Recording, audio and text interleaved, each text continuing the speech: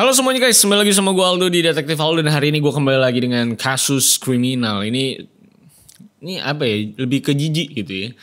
Tapi mari kita nikmati kejijian bersama ini. Jadi kalau misalnya lagi makan mungkin bisa sambil muntah ya. Jadi lebih seru gitu, jadi lebih intens, imersif kayak nonton film gitu ya.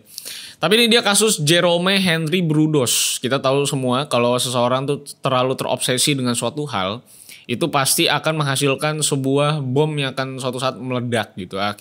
Alhasil menjadi sebuah obsesi yang ekstrim sekali gitu. Nah si Jerome ini suka banget sama sepatu cewek gitu ya. Terus dalemannya gitu ya, semua-muanya gitu ya. Pokoknya yang berbau-bau yang ketidakbenaran gitu. Tapi ini menarik sekali ya, karena ini sadis sekali. Semoga video ini tidak di age restricted sama YouTube. Amin. Yaudah, mari kita mulai. Jangan lupa like, share, subscribe, follow gue di @rivaldosantoso. Kalau misalnya kalian mau DM gue kasus atau hal-hal menarik yang bisa gue bahas di video selanjutnya. And let's begin the case, guys. I lost myself. I waited still for a glimmer to arrive. I know it will. Oke, kita bahas si Jerome Henry Brudos atau yang biasa dikenal dengan nama Jerry Brudos ya. Kita panggilnya namanya si Jerry lah, yang usah si Brudos. Nah, ini adalah seorang laki-laki yang lahir pada tanggal 31 Januari 1939 di Webster, South Dakota, Amerika Serikat. Nah, Jerry ini itu adalah anak kedua dari dua bersaudara ya. Yang pada waktu itu kelahirannya tuh agak kurang diinginkan sama ibunya gitu. Jadi mungkin agak hasil kecelakaan gitu ya. Karena waktu itu memang ibunya sangat mengharapkan bahwa anak keduanya tuh kalau bisa tuh perempuan gitu. Jadi kan pas gitu ya kombinasinya cewek cowok gitu. Tapi sayangnya cowok lagi yang keluar. Nah, ibu Jerry yang bisa dibilang sangat tidak mengindahkan kehadiran Jerry itu seringkali marah-marah atau menuangkan emosinya tuh kepada si Jerry. Baik secara emosional maupun secara fisik, kayak misalnya dipukulin, dikeplak palanya gitu ya, itu sering banget. Nah, selain suka dimarahin karena hal-hal yang sebenarnya juga nggak penting gitu atau kecil banget, nah Jerry ini juga sering banget dicuekin dan diremehkan juga sama ibunya ini. Nah, pokoknya masa kecilnya itu bisa dibilang nggak indah sama sekali lah, karena perilaku ibunya sendiri yang nggak ramah sama dia. Yang di sisi lain tentunya sangat sayang dan selalu tuh setuju sama kakak laki-lakinya. Jadi bisa dibilang berbeda sekali gitu perilakunya. Nah, selain mendapatkan perlakuan yang tidak adil dari ibunya, Jerry yang tumbuh besar di Salem, Oregon, ini memiliki yang namanya obsesi terhadap barang yang menurut gue sih nggak biasa ya. Kalau menurut lo pada biasa mah itu hak lo, tapi buat gue nggak biasa sama sekali. Yaitu dia obsesi sama sepatu high heels cewek atau sepatu hak tinggi. Hal ini bisa terjadi karena waktu umur 5 tahun dia tuh pernah ngelihat sepasang high heels di tempat barang rongsokan. Dan dari situ kesukaan Jerry terhadap sepatu cewek itu tuh bukan sekedar kayak suka desainnya atau estetiknya terus gedenya jadi Ipan Gunawan. Enggak ini ya. Tapi memang akhirnya jadi obsesi yang berlebihan gitu. Nah, Jerry yang waktu itu ngebawa pulang high heels tersebut yang dia temukan di barang rongsokan itu langsung disembunyiin sama dia dari ibunya. Supaya nggak dimarahin gitu kan, takutnya disangkanya apa gitu kan. Nah, tapi waktu itu ibunya tahu kalau si Jerry ini tuh menyembunyikan sesuatu. Dan waktu ketahuan, ibunya tuh langsung marah besar dan ngebakar sepatu tersebut. Karena zaman dulu kan masih homofobik ya. Jadi kalau misalnya ada yang nyimpen-nyimpen barang-barang cewek dan dia laki pasti udah dikata-katain gitu. Nah, selain karena juga emang dia gak disukain sama ibunya sendiri, pada zaman itu kan juga fashion gak se-universal sekarang juga. Jadi memang selain homofobik, ya fashion zaman dulu masih terbatas sekali. Jadi kalau udah ada yang berbeda, ya dianggapnya adalah sebuah penyakit menyimpang. Apalagi orang-orang tua zaman dulu tuh konservatif sekali gitu ya. Nah, tapi walaupun dia udah dimarahin sampai dimaki-maki sama emaknya, Jerry tuh tetap tidak berubah. Namanya obsesi, ya dia tetap obsesi tuh sama yang namanya sepatu cewek. Gak hilang sama sekali. Dan ini terbukti juga waktu dia berada di bangku kelas 1 SD. Karena dia sempat ketahuan nyuri high heels gurunya yang ada di lemari meja guru. Jadi emang karena selalu salah di mata orang tua, pasti yang namanya anak juga jadi punya sifat yang jadinya liar banget gitu. Atau di luar sepengetahuan orang tuanya. Apalagi ini tuh ibunya benci banget sama dia. Jadi kan anak-anak laki-lakinya ini, si Jerry ini jadi gak bisa cerita apa-apa sama ibunya. Jadi sehingga semuanya diluapkan sama dia ke hal-hal yang negatif tentunya. Dan tentunya nggak berhenti di gurunya aja, bahkan Jerry itu juga pernah nyoba buat ngelepasin sepatu seorang perempuan remaja yang lagi tidur waktu bertamu ke rumahnya. Tapi karena memang pada saat itu kan dia masih kecil ya, makanya ya pasti remaja tersebut ya bilangnya ini nggak kenapa-napa lah dan cuma iseng anak-anak aja. Paling cuma kamu Jerry kenapa begitu gitu kan. Kalau misalnya udah om-om kan pasti digampar gitu ya. Tapi ini karena masih kecil jadi anggapannya itu cuma sekedar hal iseng doang. Dan memang nggak cuma mengoleksi sepatu cewek, ternyata Jerry itu juga punya koleksi yang namanya pakaian dalam wanita.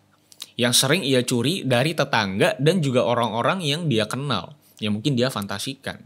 Dan itu terus terjadi sampai dia itu remaja menuju dewasa. Karena pada usia 17 tahun, semua bayangan dan fantasinya, ya memang udah liar banget, akhirnya ia realisasikan.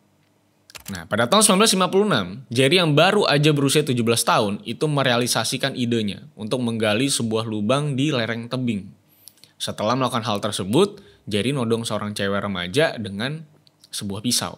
Terus diculik sama dia, terus dikeplakin palanya sampai sakit dong ya. Dan maksa cewek tersebut buat ya buka semua, buat dia foto. Nah, tapi sama seperti dulu, Jerry ketahuan gak lama setelah ngelakuin hal sakit tersebut. Dan kali ini Jerry langsung dimasukkan ke rumah sakit Oregon buat dievaluasi dan juga dirawat keadaan mentalnya oleh psikiater di sana. Nah, setelah beberapa bulan menjalani terapi dan pengobatan, diketahui bahwa Jerry ini punya fantasi yang sangat gak normal dan bisa dibilang berlebihan. Dan semua itu karena rasa benci dan kepahitan yang dia simpan juga buat ibunya sendiri. Dokter mendapatkan informasi bahwa Jerry itu terobsesi dengan koleksi yang namanya pakaian wanita. Dan yang lebih gila adalah kalau dia punya fantasi untuk menculik perempuan-perempuan dan menyekap mereka di dalam lemari es. Ini apa gitu ya kan maksud gue ya. Tapi yang namanya anak remaja labil dengan masa kecil yang kurang mengenakan, akhirnya dokter juga gak terlalu mengambil pusing dan cuma sekedar menganggap bahwa ini mungkin cuma fantasi anak laki-laki remaja yang sedang mengalami puber. Dan setelah 9 bulan dirawat, akhirnya Jerry dipulangkan. Dan harapannya dia tuh bisa bergaul sama teman-teman sepantarannya tanpa ada sifat aneh yang dia bawa-bawa lagi karena udah diterapi. Nah, setelah masuk SMA dan lulus, Jerry itu akhirnya lulus di tahun 1959. Dan langsung ikut wajib militer pada bulan Maretnya. Karena waktu itu masih zaman perang ya, jadi Amerika tuh masih ada wamil. Tapi nggak sampai setahun mengabdi untuk negara, Jerry dipulangkan pada bulan Oktobernya di tahun yang sama. Yang kemungkinan dikarenakan obsesinya yang berlebihan terhadap pakaian wanita. Dari pakaian dalam sampai alas kaki, yang padahal kalau wamil kan harusnya fokus bawa senjata, bukan bawa high heels. Masa mau disambit ke musuh kan juga nggak mati gitu kan ya. Jadi rasanya ini orang nggak normal, kita pulangin aja gitu kan. Akhirnya si Jerry dipulangin tuh. Nah, lalu masih pada tahun yang sama, Jerry itu yang waktu itu udah balik lagi ke rumah, akhirnya kenalan sama seorang perempuan 17 tahun bernama Darcy Metzler. Dan akhirnya mereka menikah. Walaupun memang sebenarnya belum lama kenal, tapi ya zaman dulu mah cepet-cepet nikah wajar-wajar aja. Nah, dengan fantasi yang sebegitu liarnya, Darcy yang waktu itu masih kecil banget umurnya, akhirnya tuh disuruh melakukan kegiatan-kegiatan yang bisa memuaskan fantasinya si Jerry ini, fantasi gilanya. Dan waktu mereka menikah selama beberapa tahun, Darcy itu sering disuruh untuk berpose sambil nggak pakai apa-apa. Bahkan dia juga disuruh untuk membersihkan rumah sambil nggak pakai apa-apa dan menggunakan high heels. Ini sangat-sangat absurd ya. Lu lagi duduk di ruang tamu terus nggak pakai apa-apa, pakai high heels bersih-bersih gitu pakai kemoceng. Ini gila menurut gue ya. Dan lalu mereka menikah selama beberapa tahun, akhirnya juga karena hubungan ya akhirnya punya 2 anak. Dan karena hal tersebut juga Darcy itu jelas akhirnya kan lebih memilih atau meluangkan waktunya untuk merawat kedua anak mereka dibandingkan untuk melakukan hal-hal aneh yang Jerry suruh selama bertahun-tahun sebelum punya anak. Dan hubungan mereka pun akhirnya mulai merenggang. Ya memang sudah jelas karena si Jerry ini dari awal memang menikahi Darcy ya tentunya hanya untuk memuaskan dirinya sendiri. Untuk mengkonten rasa itu ke dalam rumahnya sendiri. Dan memang bukan karena cinta sebenarnya. Dan supaya dia gak ngelakuin hal tersebut di luaran. Jadi dia pengen dapetin dari istrinya doang. Sayangnya istrinya udah gak mau gitu karena udah capek ngurusin anak. Nah, dengan Darcy memang akhirnya mulai jarang menuruti suruhan Jerry ini, akhirnya hasratnya si Jerry yang sudah terpendam lama sekali, akhirnya muncul lagi ke permukaan. Karena sejak memiliki 2 anak, Jerry itu mulai sering mencari sepatu dan pakaian wanita di komplek perumahannya. Sampai pada tahun awal 1967, akhirnya Jerry itu melakukan hal gila lah bisa dibilang. yang bisa dibilang lebih gila daripada mencuri pakaian ataupun sepatu wanita. Pada tahun tersebut, Jerry yang sedang berjalan kaki di downtown itu tiba-tiba melihat seorang wanita, seksi nih kayaknya. Atau lebih tepatnya melihat sepatu yang dipakai oleh wanita tersebut.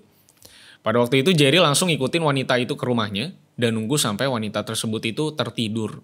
Lalu ketika sudah tertidur, Jerry itu langsung mendobrak masuk ke rumahnya.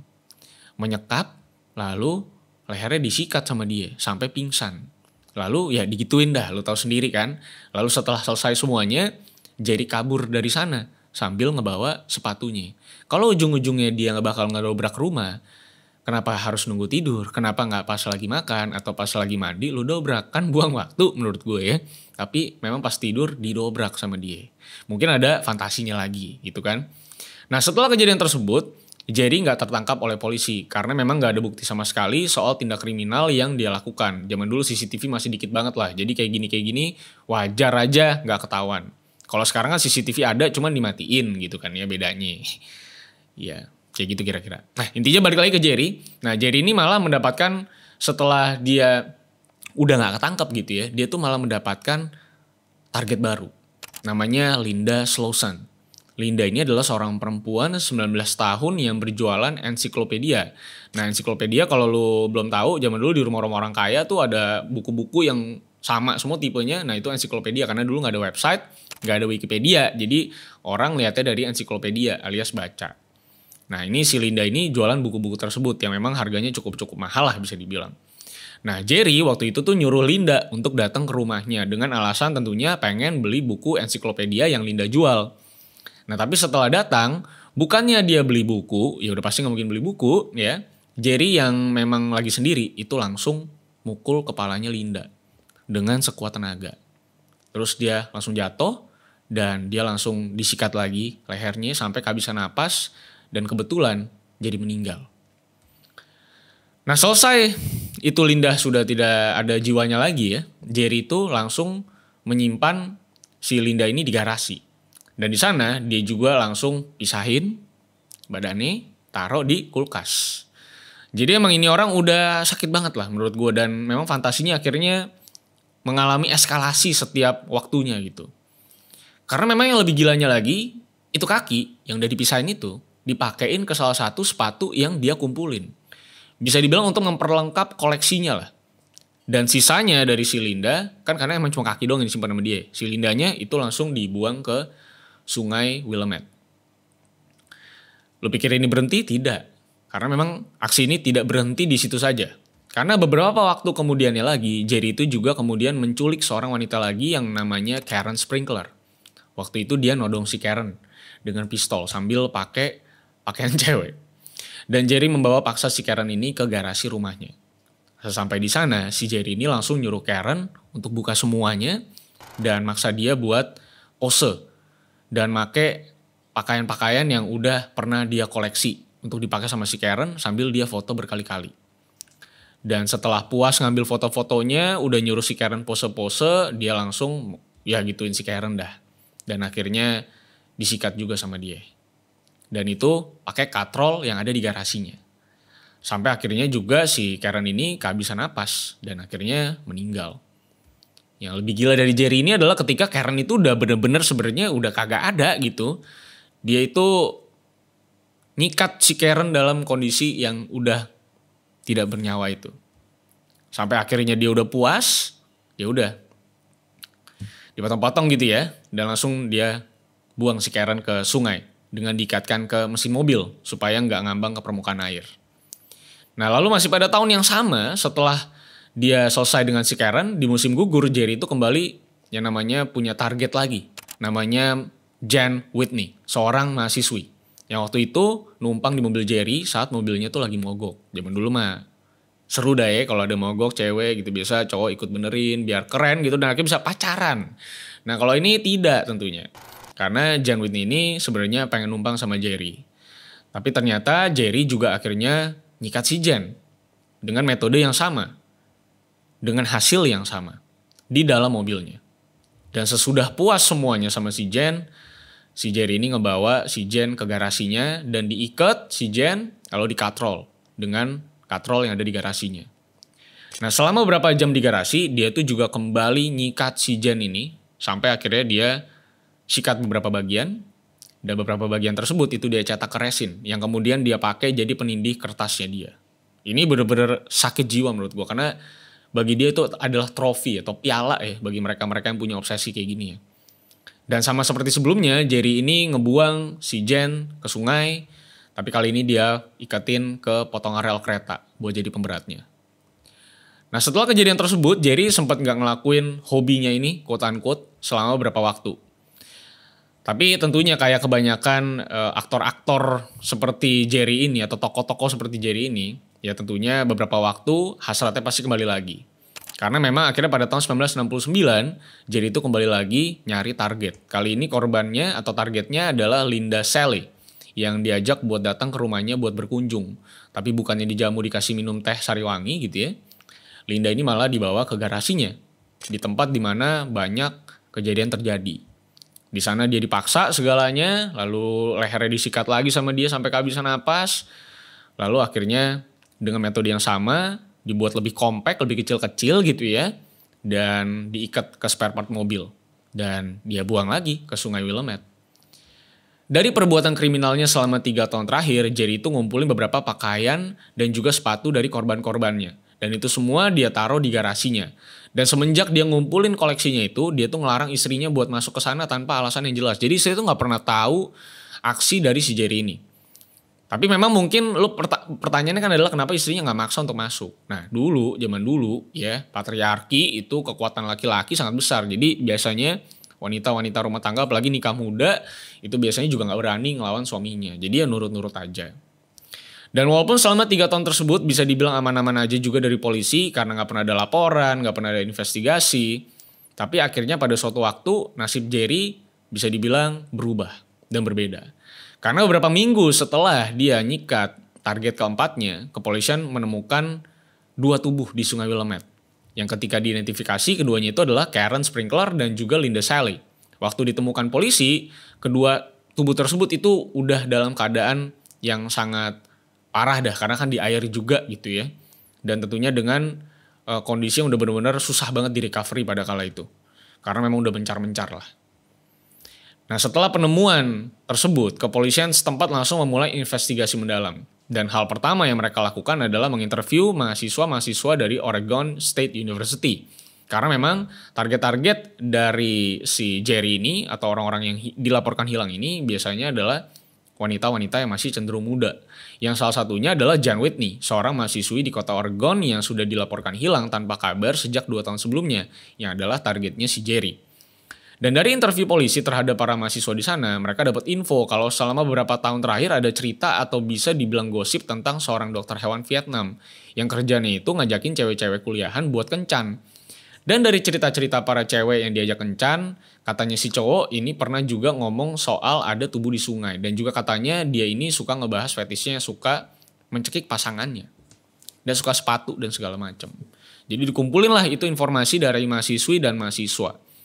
Yang memang tahu tentang bisa dibilang urban legend ini.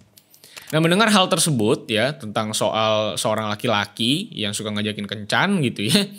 Polisi itu langsung mengontak beberapa cewek yang pernah diajak kencan sama cowok yang diceritakan oleh mahasiswa dan mahasiswi universitas tersebut. Dan menyuruh mereka untuk buat ngajak si laki-laki ini kencan. Jadi untuk menjebak. Lalu setelah mengetahui dengan pasti bahwa laki-laki tersebut adalah Jerry Brudos, polisi langsung menggeledah seluruh bagian rumah Jerry. Dan mereka menemukan barang-barang bukti berupa tali nilon, foto-fotonya, dan juga semua koleksinya yang dia simpan di garasi. Dan selesai penggeledahan, polisi langsung menahan Jerry untuk diinterogasi secara menyeluruh. Jerry yang ditanyakan oleh polisi mengakui semua perbuatan sadisnya dan ngasih tahu kalau dia udah yang memang namanya nyikat 4 orang. Dan beberapa percobaan penculikan yang dia lakukan sebelum akhirnya betul-betul ketahuan dan ketangkep. Tapi walaupun dia ngaku bahwa dia udah yang namanya menyikat 4 orang, pada tanggal 27 Juni 1969, pengadilan menyatakan bahwa dia bersalah atas 3 kasus doang. Karena tubuh dari Linda Slauson itu nggak pernah ditemukan sama sekali. Tapi atas 3 aksi tersebut, Jerry tetap dijatuhi hukuman seumur hidup oleh pengadilan. Dan istri Jerry langsung menceraikan dia sesaat setelah Jerry ditangkap dan terbukti bersalah atas semua sisi fantasinya yang Jerry sembunyikan selama mereka menikah. Dan langsung pindah ke tempat tinggal yang gak diketahui oleh publik demi menghindari reporter ataupun wartawan dari media. Dan dia juga ngeganti nama dia dan juga nama anak-anaknya. Karena memang zaman dulu nih kayak gini nih konsumsi publik banget gitu. Berita-berita seru kayak gini gitu ya. Dan memang berita-berita seru kayak gini tuh cuman ada di era dulu. Karena jarang ada CCTV, kasusnya susah terpecahkan segala macam.